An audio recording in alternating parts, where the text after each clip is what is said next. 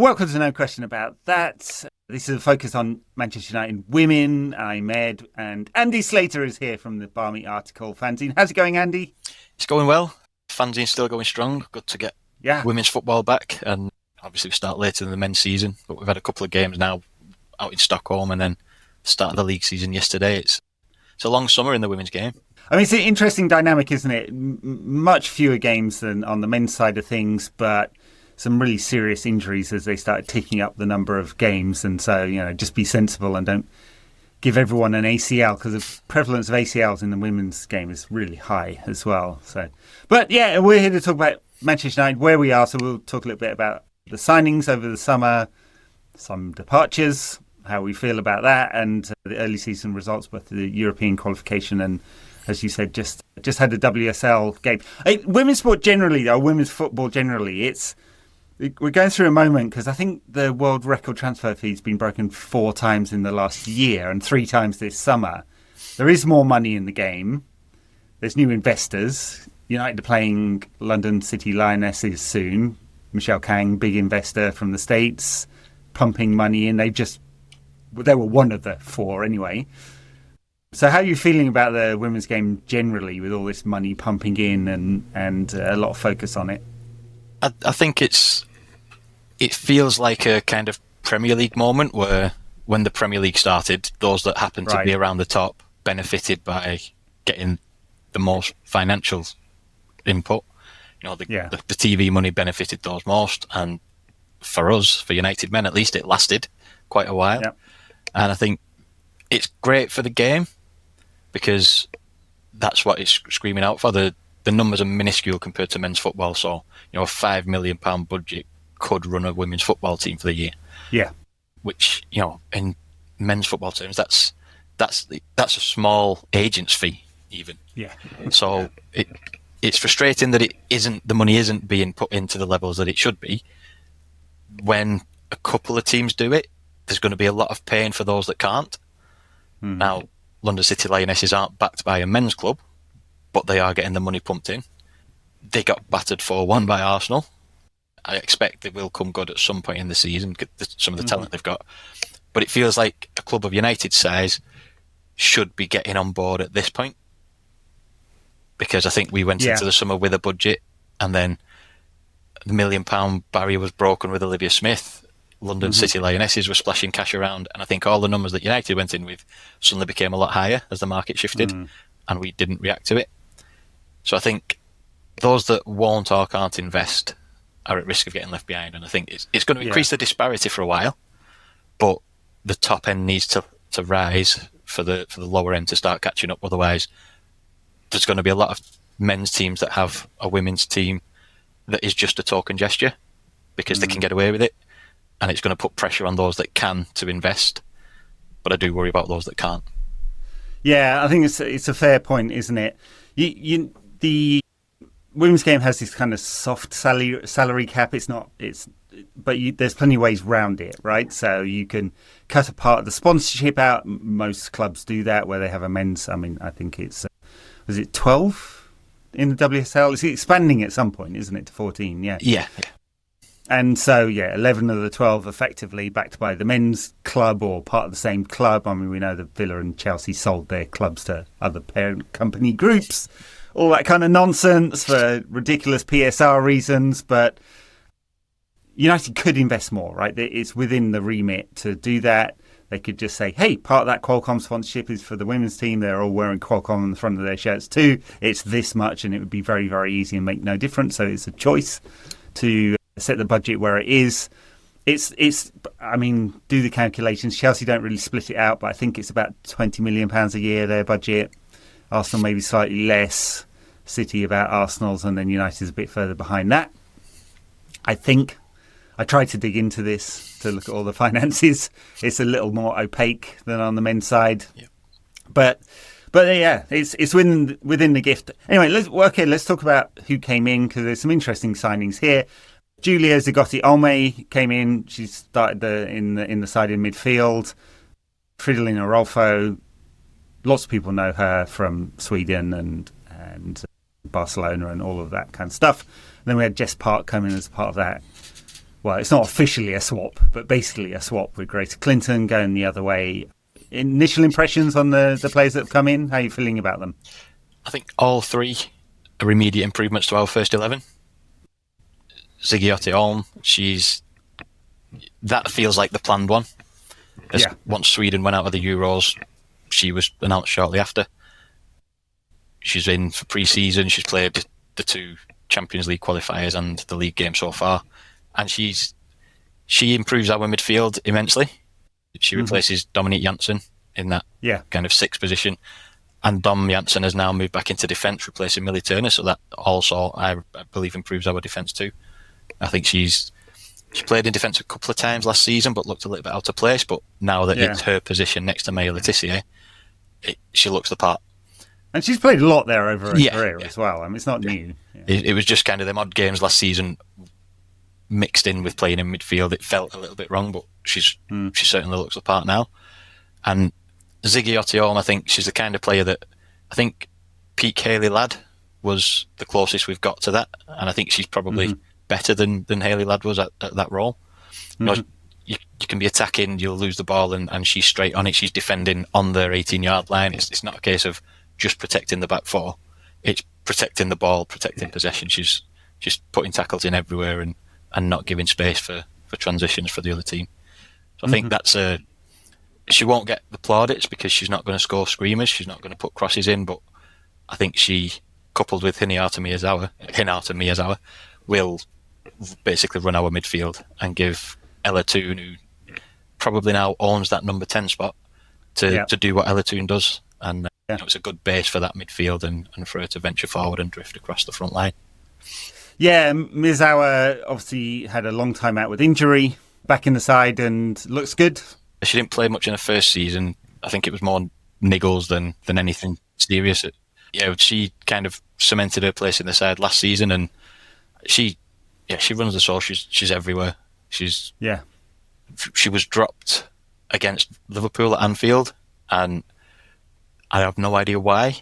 I think it was probably to fit Clinton and Toon into the same team, and we lost 3-1 in a game that we really should have been winning. Really needed to win, It was it was the point in the season where the most optimistic would say that mathematically we could still catch Chelsea.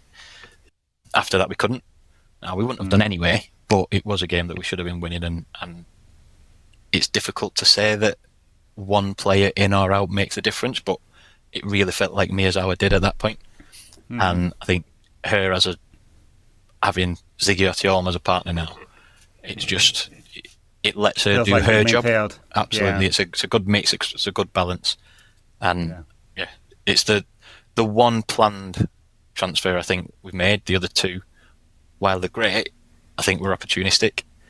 But we can assess the signings themselves, and then we can assess the transfer plan overall as a separate matter, as we often can in football, certainly on the men's side as well. Yeah, well, I mean, it's true. It feels like, while there's been an awful lot of kind of administrative structure building over on the men's side. I mean, it feels a bit unfair to say that because Barada is the CEO of all football at United, so men's, women's, academy, whatever. But Jason Wilcox is very specifically focused on the men's game. I don't think he's particularly involved. Ashworth did seem to have a real interest in the women's team and building that up. Obviously, there's been a lot of change there. On the women's side of things, feels very lightweight in terms of structure, but they are getting deals done. It's just like, does it have the focus it should do? Is that right? Are United putting the right kind of budget in and resources in to pull off these deals? The third deal that we didn't talk about yet was, well, you mentioned Jess Park has come in. Grace Clinton's gone the other way. How did that come about? Were you surprised that Clinton, young player, talented player, who's imperfect but growing into the game, you surprised that United let her go? I think with experience over the recent years of Rousseau going for free, Earps going for free, I think that was this. We extended the contract by 1 year with that option. When that happened, it became clear that Grace wasn't going to sign of her own accord. Right. So it felt like the the 1 year option was in order to do a deal this summer rather than lose her for free. So I did expect us to be a bit wiser this time and try and find somewhere for her to get some money in. I didn't expect us to be getting Jess Park in as part of the bargain. So I thought, even just a week or two ago, I thought we would probably lose her to City, and that would be it. Right. Now, knowing that she's probably going to go is one thing. Going directly to City is a completely different matter. You know, they're the team that have dropped out of the top three for us to take a Champions League spot. They're our City rivals. We don't want to strengthen them while weakening ourselves. And that's what felt kind of inevitable. So when Jess Park's name come up, it was kind of are we doing something sensible? Are we playing hardball and making sure we get something out of this deal? And without commenting on who's the better player out of the two, I think we've come off better as far as squad fit. Yeah. And obviously the attitude to playing for a club that you're trying to leave. I don't know what Grace Clinton's attitude is like in general, but certainly it was clear that she wanted to leave United, and that's never a good thing to stick with for the last season and have that hanging over you. So it would have been great to build up Grace Clinton, and we signed her. We sent her out on loan to Bristol, where she had a great time. Then she went on to Spurs in the WSL on loan, and she impressed there. So it felt like we've invested time in her as well as buying her as a young player. We've given her 2 good loans that she's benefited from. She's played well for us in the season we've had her. And it feels like you would want another contract to prove herself at United before deciding whether she can get that big contract with us or look for somewhere else. But it feels like she wanted that kind of big made it contract right now. And I think the club have, if it was just about the numbers, I think the club have probably been right on this one. I don't want to defend the club altogether because we've certainly made some shocking decisions, but this one feels like we've played it sensible and sustainable. And then in losing her or letting her go, we've actually improved the squad with the effective swap. Yeah. Yeah, it is an interesting one because generally you don't want to lose talented young players, do you? And especially to City rivals. That it's not particularly good look, but getting Park in return has softened the blow. I mean, you mentioned Russo and Earps and Lauren James and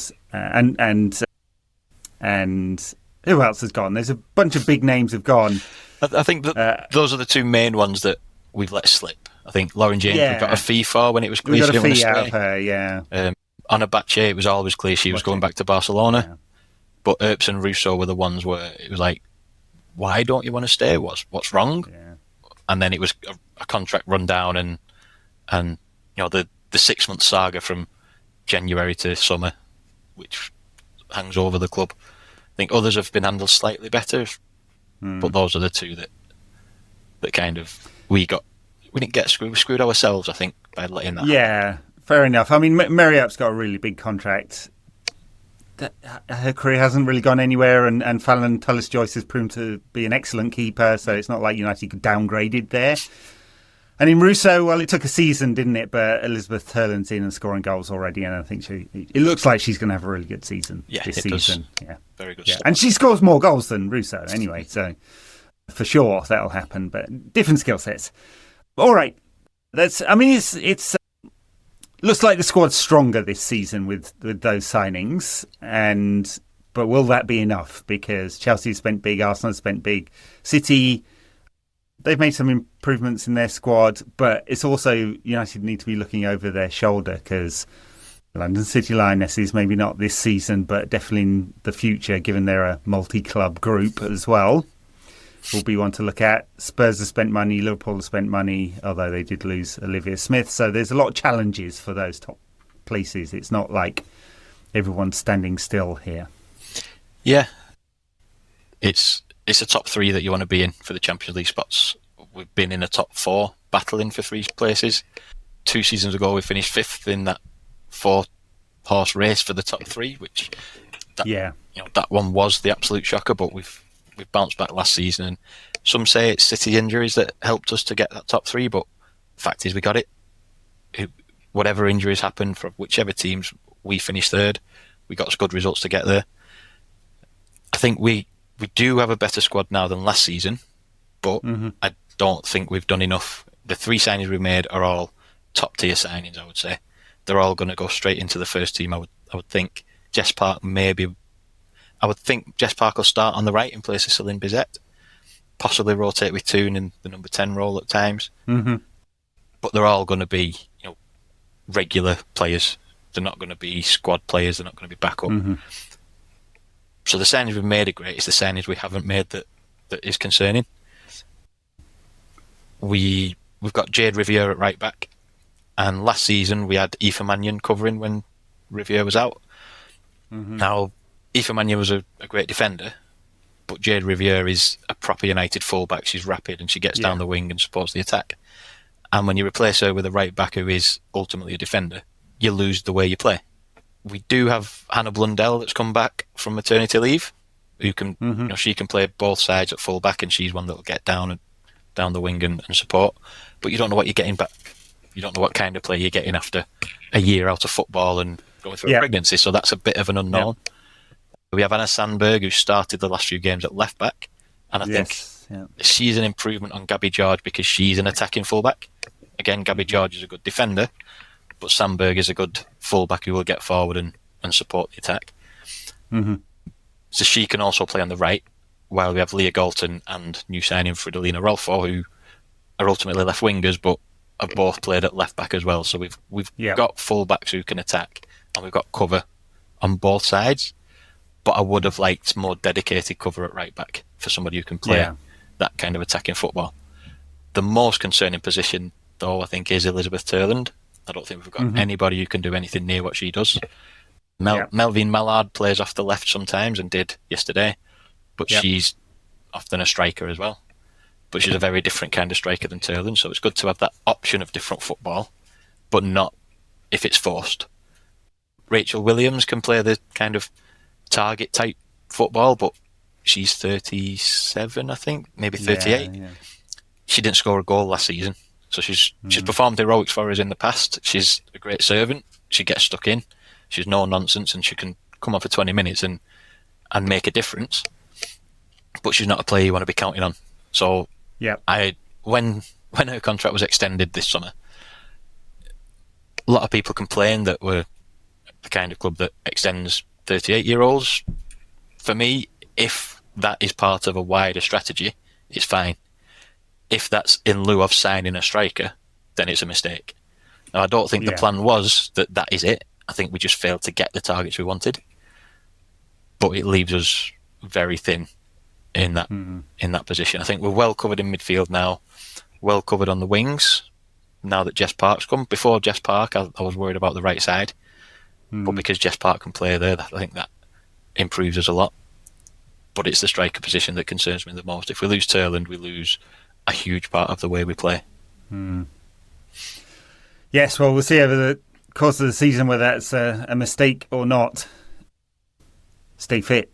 I mean, obviously, if United qualify for the Champions League, there's going to be a lot more games than there were last season. So let's get on to some of those early season games. Mini tournament over in Stockholm, in which United beat PSV and Hammarby, and now have a two-legged playoff against Brann. First leg over in Bergen, and then second leg back at Lee Sports Village. They're not going to play that at Old Trafford, are they? No. They should do.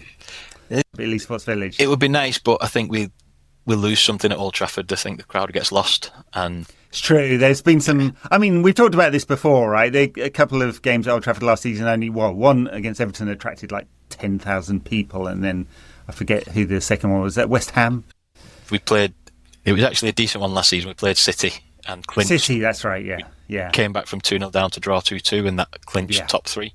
So that one... We've been beat by City before at Old Trafford. We've been battered by Chelsea at Old Trafford. True. Last year was that one against City that felt like it deserved Old Trafford. The performance deserved Old Trafford. It's still not something I would say get all the big games there going forward, because I think Lee has a lot of history now with the women's team.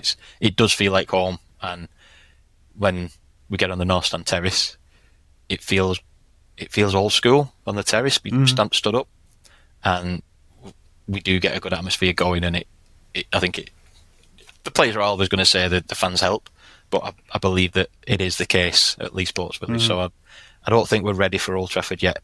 In a case of vital games that, especially midweek ones, that you might not get the numbers that we did against City last season.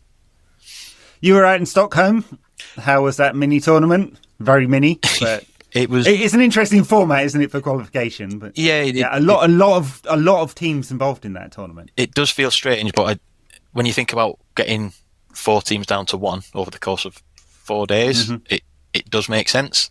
I'm not sure how else you get your team, 4 teams down to 1 in that space of time without other than that tournament. But yeah, so Hammarby hosted. Metalist obviously couldn't host in Ukraine. We couldn't host because the Leopards were playing at Leigh and United were playing at Old Trafford. So it was either Eindhoven or Stockholm. We wanted Eindhoven because it would have been much cheaper, but Stockholm was a great destination. Especially that, if you go for one game, you're tempted to go in the day before and come back the day after, but you get kind of 4 nights there, and there's the 2 full days in between, so you get to enjoy a bit of the city. Lovely Stockholm, yeah, really, really like. Did you go to see the ship, the Vasa? No, museum thing. We did a boat trip, and I spent a fair bit of time on Gamlestan, that small island with quirky streets and quite a lot of bars. So we did go in a Viking bar on the Friday night, which nice. I thought this is just going to be a rock pub that says it's a Viking bar in it, but no, it was a Viking bar. Nice. 3 musicians playing instruments you don't know the names of, and mugs of ale rather than pints of beer, and it was very, very Viking. It was a good time. It's a nice place. It is like €15 for a beer though. So it was expensive, but the football out there, the game against PSV was pretty routine, and then played Hammarby in the final. Obviously, effectively the home team, even though it was technically, I think we were drawn as the home team, but it's in the men's ground. It's the ultras, so to speak, were there. You had the regular Hammarby fans, but then in one end, the same as we did at PSG 2 years ago, it was the drum constantly, the singing constantly. It was a spectacle to witness, and I think it did affect the players early on, as did Hammarby's tactics. They got stuck in and they played quite rough, and I think we've been a naive team to that in the past, and that showed early on in the game. But with barely a substitute to bring on, with some injuries at the moment, players not quite in the swing of it, I think the players dug in and matched their tactics and kind of played that kind of smart game, grew into the challenges and gave as good as they got by the end. And kind of taking your time, putting your foot on the ball, blocking free kicks early, and that we grew into it and really matched them and frustrated them. We were frustrated at the beginning, but as we got the goal and went one up, they were the ones frustrated by the end when we were kind of playing them at their own game. And I think as well as playing the football and scoring the goal, I think that was a huge plus, because it's something that we have struggled with in the past, kind of playing the dark arts, so to speak. We've not really been masters of it, but that was a huge step, showing that we can use those tactics as well and not get drowned out. Yeah, game management and all of that. Yeah, uglier game, but it was effective in the end. 2-game playoff against Brann. Yeah, I'm going to admit I know absolutely nothing about this team. I know where it is in the world, but how much do you know about Brann as a football team? Are they any good? Martin Hall, when he left United, went to become head coach at Brann. Right. That's right, yeah. He's now left there and he's at Spurs, back in the WSL. But by most accounts, he improved them quite a lot. He got them organised and had them playing good football. It is a game we should be winning on paper. Norway produce a lot of good players, but they tend to leave Norway. Yeah. We've got a good few Norwegians in our team. That Tayland is one of the stars of the team. She's scored 5 goals so far in 3 games. including those two over in Stockholm. So it's a game that we should be looking to win. It would be 2 years ago against PSG, we knew we were the underdogs. Mm-hmm. This time we are one of the unseeded teams and Branagh seeded, but it's probably the most favourable draw that we could have got out of the 5 teams we could have been drawn against. So I will be disappointed if we go out. We should be going over there and getting a result and then bring them back to Leigh Sports Village, hopefully pretty comfortably. But I think there's just the one WSL game in between. Yeah. Right. Yeah. Yeah. So it's London City Lionesses away in between on the Sunday. So a home match might have been nice in between, save the travelling, but with the squad depth is the worry with this one. You know, the players haven't been able to kind of do like the 20-minute rests or make as many subs as we might have liked to.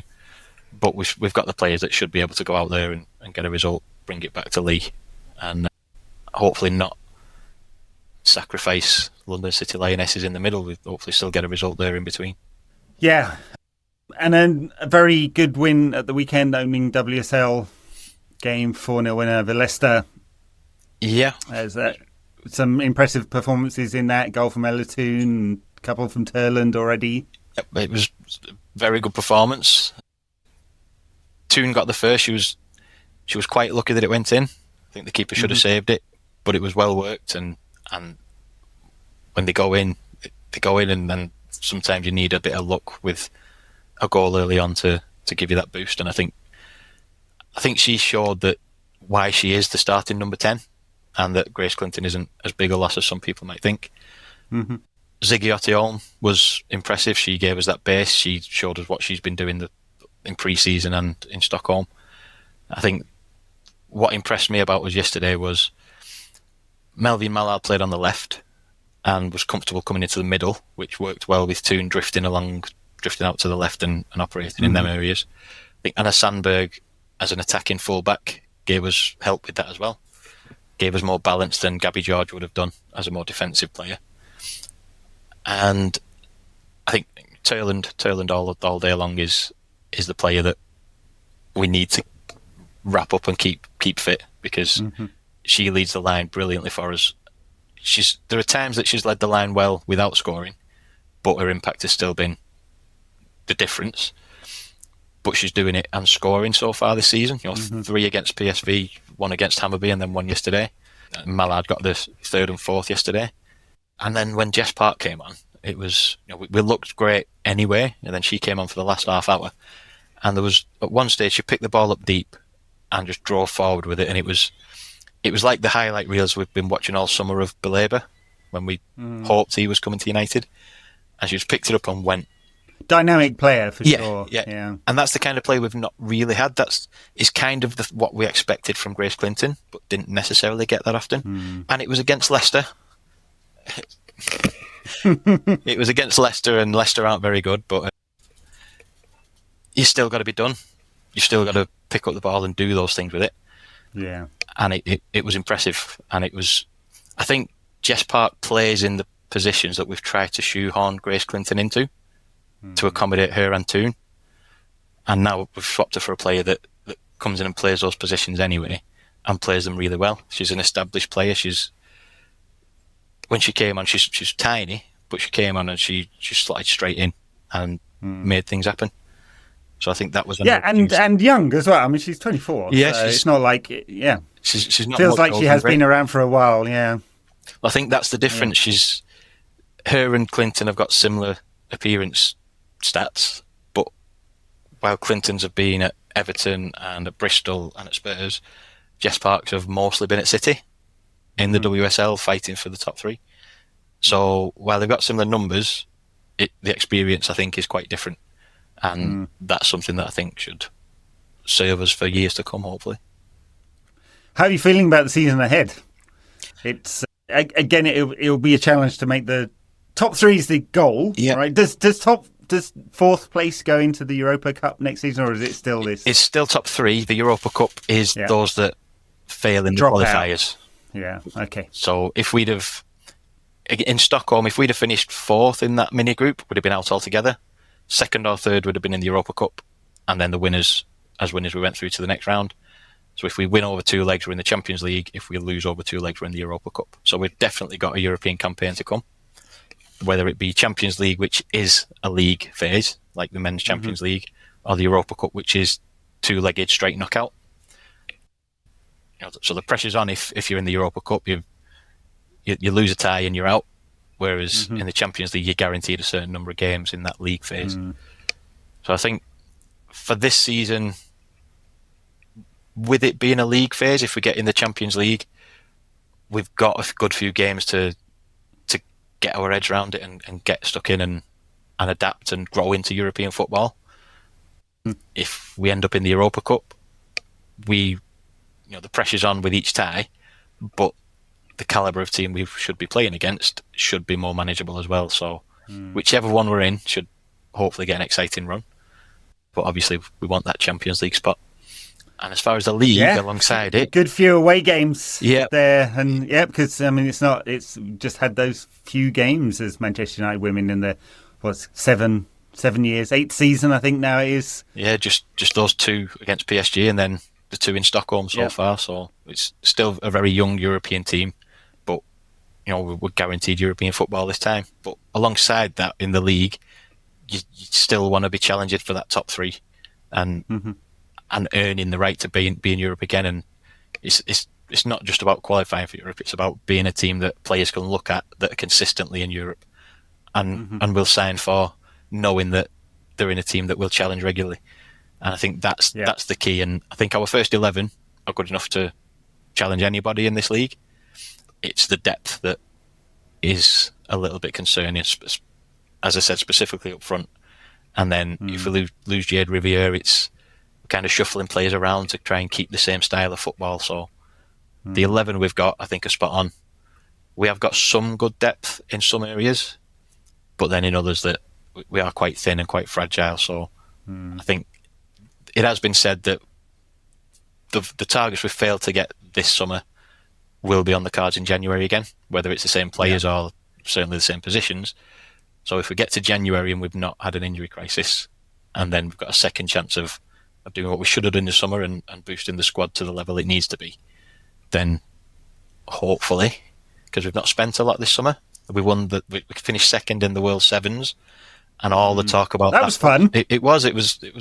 Yeah. I wish I was out there. That looked a good crack in Portugal. It looked really good there. Yeah. But the money we got in from that, some of it had to go to the players as part of the terms of signing up. The rest, it was said, will boost the transfer kitty. Now we've not seen the benefit of that in the summer.